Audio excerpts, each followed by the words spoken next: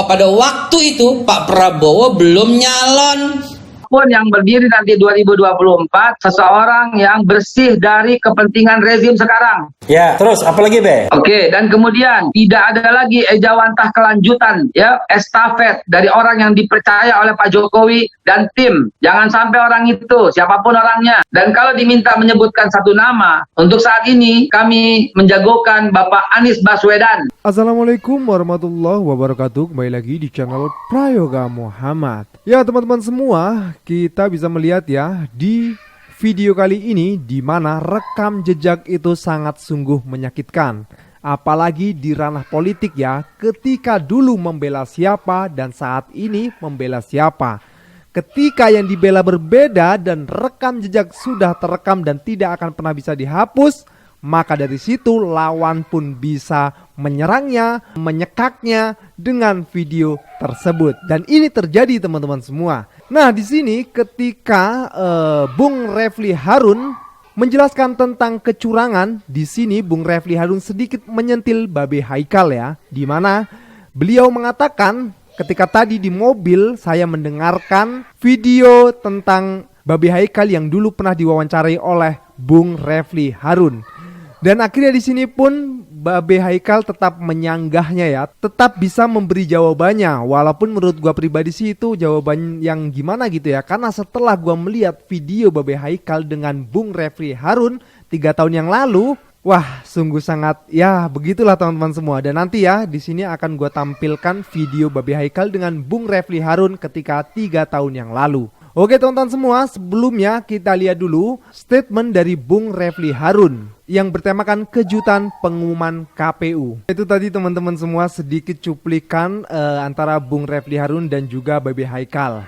Nah di sini gue tadi mendengarkan ya Babe Haikal mengatakan ya dulu saat Babe Haikal mengatakan ingin menetapkan pilihannya Pak Anies yang untuk menjadi presiden, karena beliau mengatakan tidak menginginkan siapapun itu orang yang menjadi presiden nanti di tahun 2024 tapi masih berada di bawah kakinya Pak Jokowi. Maksudnya masih satu rejim, satu kubu dengan Pak Jokowi gitu ya. Nah pada saat beliau ngomong juga kan Pak Anies kan belum mencalonkan sih. Baru orang-orang itu rame kira-kira siapa ini calon presidennya. Mungkin kalau Pak Anies oke lah good gitu. Tapi kan ada kemungkinan juga Pak Prabowo akan menyalonkan lagi menjadi presiden.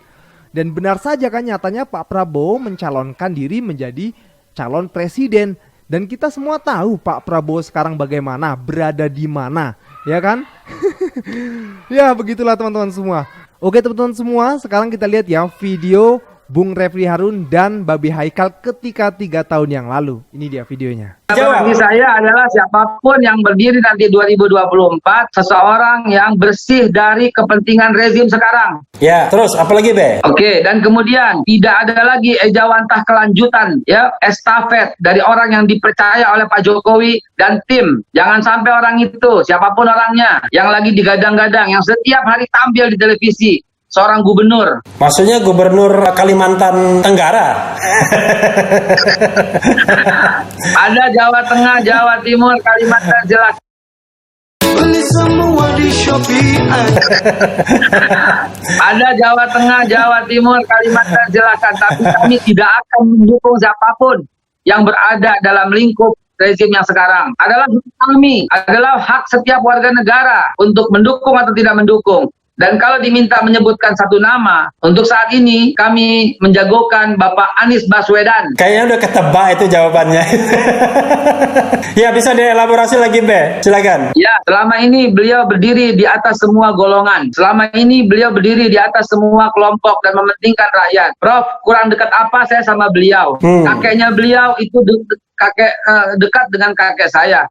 Ayahnya beliau juga teman daripada ayah saya. Dan saya pun kenal beliau jauh sudah lama dari sekarang. Tapi apa yang dilakukan coba? Dan saya sangat menghargai profesionalismenya. Saya tidak pernah meminta apapun, beliau tidak pernah memberi apapun. Saya tidak menuntut jabatan apapun, dan beliau tidak memberi jabatan apapun. Saya tidak pernah minta mendukung apapun, dan beliau juga tidak pernah memberikan apapun. Ini sebatas pertemanan. Ini yang asyik, ini yang klop, sehingga tidak ada hutang budi dan balas jasa. Itu yang klop. Sejak awal, ketika Pak Anies belum jadi digadang-gadang, ketika beliau difitnah dengan tuduhan beliau ya satu kelompok aliran tertentu lah dalam Islam. Saya yang tampil membela, dan pada waktu itu belum ada komunikasi. Dan akhirnya ketika beliau jadi, apa kami terus digadang-gadang untuk ditawarkan menjadi komisaris ini, komisaris itu. Walaupun apabila ditawarkan saya 100% akan menolak semuanya, dan saya akan mengkritisi Pak Anies, itu asyiknya. Berapa banyak saya mengkritisi kebijakan beliau kok. Ya, saya waktu Monas itu saya mengkritisi, dan ternyata setelah penjelasan baru saya memahami. Itu enaknya dalam dukungan yang tidak ada dukungan buta. Hari ini, Prof, dukungan buta terjadi kepada Pak Jokowi. Ingat, saya tidak menyalahkan Pak Jokowi ya, tapi saya lihat orang-orang sudah mulai berpikir tidak waras. Mulai berpikir itu betul-betul disability thinking lah kalau istilah saya. Kalau salah, ya katakan salah. Jangan terus membela-bela. Kalau kamu sampai dirubah hanya untuk membenarkan sebuah kata-kata, itu menurut saya disability thinking. Nah, setelah melihat video ini, menurut kalian gimana? Babe Haikal saat ini seperti apa? Kalian kan sudah tahu ya, Babe Haikal sekarang sangat mendukung sekali Pak Prabowo. Dan kita tahu juga posisi Pak Prabowo sekarang gimana. Sedangkan beliau tadi mengatakan di awal ya, siapapun yang berdiri nanti di tahun 2024, beliau adalah orang yang terlepas dari kepentingan rejim sekarang. Dan kita tahu sekarang Pak Prabowo bagaimana kan posisinya. Ya untungnya Pak Prabowo itu adalah ketua partai. Tapi kalau kita melihat Babe Haikal yang dulu sama sekarang memang jauh sangat berbeda. Dulu gue bangga sekali dengan Babe Haikal, Fadli John, Fahri Hamzah, Bung Andre, dan lain-lain sebagainya. Tapi nyatanya saat ini, ya begitu teman-teman semua. Dan ini ada videonya ya, rekam jejak mereka semua. Ini dia videonya. Ini parah nih. Bagi kami pemilu sekarang adalah pemilu terburuk pasca era reformasi. Makanya kami bilang pemilu ini TSMB kan. Kecurangannya terstruktur, sistematis, masif, serta brutal. Nah, untuk itulah kami akan mengambil langkah konstitusional. Kami akan melaporkan ke MK dan juga tetap akan melakukan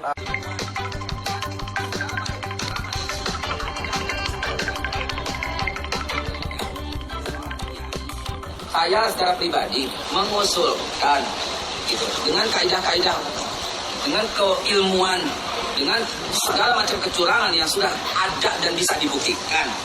Apa iya seorang kiai yang memahami jahatnya sebuah kecurangan kalau terbukti, apa iya seorang kiai yang memahami segala unsur fikih, segala unsur syariah, segala unsur ilmu agama, Quran dan hadis, lalu setelah dibuktikan betul-betul ini ada kecurangan, masih mau memimpin dengan cara-cara yang curang? Apa iya? Kita tuh mau menghimbau, mau bersowan gitu. Bukan istimewa ulama, saya pribadi mengusulkan. Soal itu kan saya bilang kemungkinan besar tidak ke MK itu. Nanti kita akan lihat ya. Karena pengalaman yang lalu di 2014 itu bahkan waktu itu bukti-bukti hard evidence juga sudah disiapkan, bahkan untuk materainya juga itu habis bermiliar-miliar waktu itu, karena harus setiap bukti itu harus pakai materai. Nah, tapi kita tidak puas dengan keputusan MK ketika itu, tidak membuka itu, tidak mendalami itu, dan akhirnya bahkan tidak ada catatannya pun tidak ada. Jadi ya percuma mubazir gitu ya MK itu. Jadi saya kira ada pemikiran ya kita udah terserah, kembalikan aja kepada rakyat kalau misalnya kecurangan itu tidak segera diperbaiki, dan saya kira kita masih ada waktu. Nah, ini kasus besar dan ini modusnya ada di mana-mana. Kertas suaranya kata Bawaslu asli. Nah, orang yang punya akses terhadap kertas suara cetak ini diduga oleh tim 02 itu 17,5 juta. 17,5 juta itu dibagi-bagi kepada caleg-caleg, lalu caleg itu mencoblos namanya sendiri dan nama nomor tertentu di calon presiden. Pemohon terbukti. Oke, itu dari Bang. Dan karena itu, bentar, putusannya saya spekulatif ya, tapi berdasarkan ini semua, saya bilang permohonan Prabowo Sandi dikabulkan sebagian.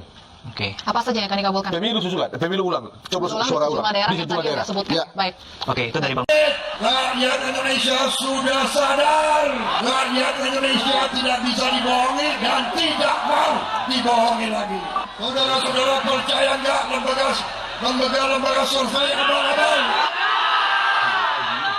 Rakyat tidak percaya sama kalian.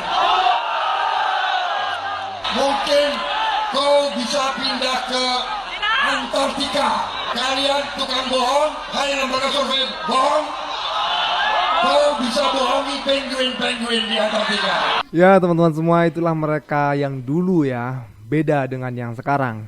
Bahkan Pak Prabowo sendiri mengatakan tidak percaya dengan lembaga-lembaga survei, tapi nyatanya sekarang sangat percaya dengan lembaga survei. Ya begitulah teman-teman semua ya, kata Bung Refli Harun tadi. Semua punya kepentingan masing-masing lah intinya ya. Dan itu juga sah-sah saja sih. Itu kan pilihan juga gitu loh. Kita nggak bisa memaksakan untuk semua orang mau dan sesuai dengan pilihan kita, kan gitu. Jadi ya it's okay lah, inilah yang namanya politik ya.